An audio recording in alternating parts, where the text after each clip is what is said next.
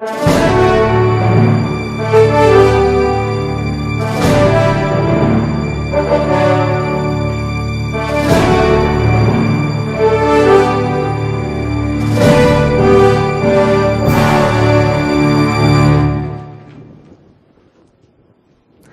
I'm Jamie, and this is my co-host Fred. Welcome to the Bremen District Television News Show with Tinley Park, the Spring Edition. Students experienced history in the making when they took a trip down to Washington, D.C. to see the presidential inauguration. The 13 students were accompanied by their history teacher, Mr. Barcina. One of the students said their favorite part of the trip was seeing the Lincoln Memorial. After the ceremony, they spent a few days exploring the city and its monuments before returning home. Speaking of history, recently the Tinley Park Fishing Show celebrated its 20th anniversary. It was originally started to fundraise money for the Titans football team in 1993. That year, the show did so well that it is now done to fund all Tinley activities. Fishermen from all over take enjoyment in it and have made it their tradition. This year, the show brought in 8,000 people and was once again very successful. But that reminds me of something called catfishing, which is very popular to do now. Let's see what Rocio had to say about it. Hey, I'm Rocio. Recently, Neve and his cast have been helping online relationships find out if their partner is the real deal or if they're a catfish. What's a catfish, you ask? Let's tune in to watch.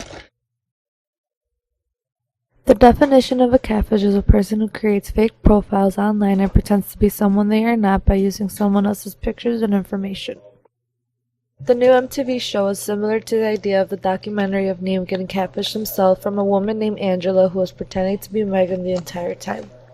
In my opinion, I don't think it's right for somebody to pretend like they're someone they're not, because you're just leading that other person into believing that you're real, and it's not right to make other people feel like the love and connection is there when it really isn't, and I wouldn't want it to happen to me.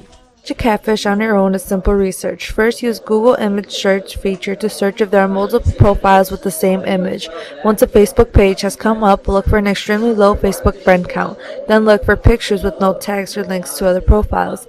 Then finally, if your online significant other is always making excuses for why they can't meet you in person, talk on the phone, or use Skype or FaceTime for video chat, then they may not be the person who they claim to be.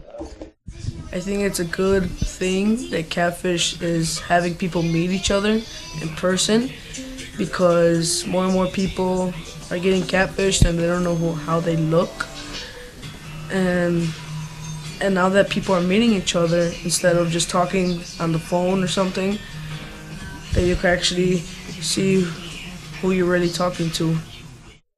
There you have it, online users. Be careful who you talk to and make sure you do your research before you get into any type of relationship online. I'm Rocio, back to the studio.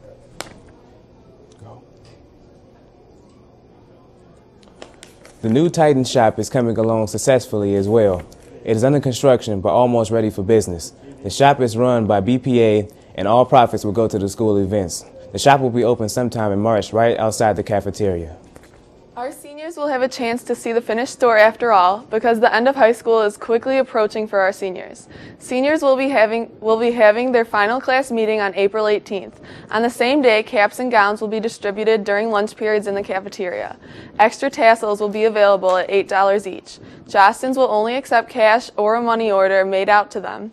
On May 16th will be the seniors' last day and cookout during students' lunch period, and will be held in the courtyard in order to participate in the graduation ceremony.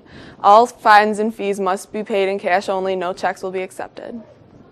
Roughly 3,500 U.S. colleges and universities raised a total of $31 billion in the 2012 fiscal year, according to the annual college fundraising survey by the Council for Aid to Education in New York. So have you filled out your FAFSA? If not, the Bridge Teen Center in Orland Park has been holding a clinic to help students fill out their forms, so hurry up. The sooner you get it done, the more money you will get. Also, if you have gotten the acceptance letter, take it to the PPS office so they can take your picture and post it on the college-bound board in the hall. Maybe their pictures will go next to this senior's picture. Each month, our school crowns a standout student that represents Tinley Park in a positive way. This month, that lucky title goes to Orlando Lewis. He is on the boys basketball varsity team. He strives for good grades and gets into little trouble. Studying is important to him. He listens to music in order to keep his focus. He says that his favorite teacher is Miss Dasher because she understands how to make math class fun. Congratulations, Orlando. Let's all take the time to appreciate all talented art and media.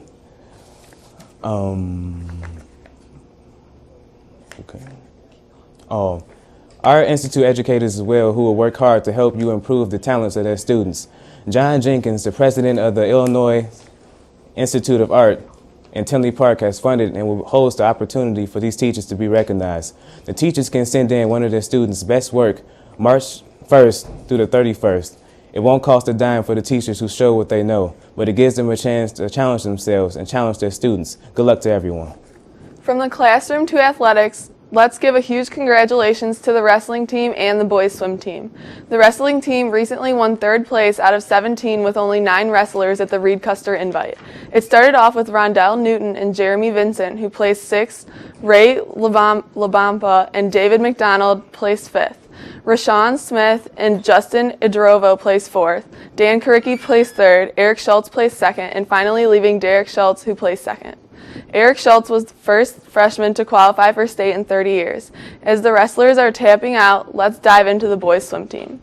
This season is the team's 2nd consecutive year with the boys winning the SSC Blue Conference. Let's also give Dan Shaughnessy good luck when he strokes his way into state. The ball is dribbled up and down the court, and then it is finally scored.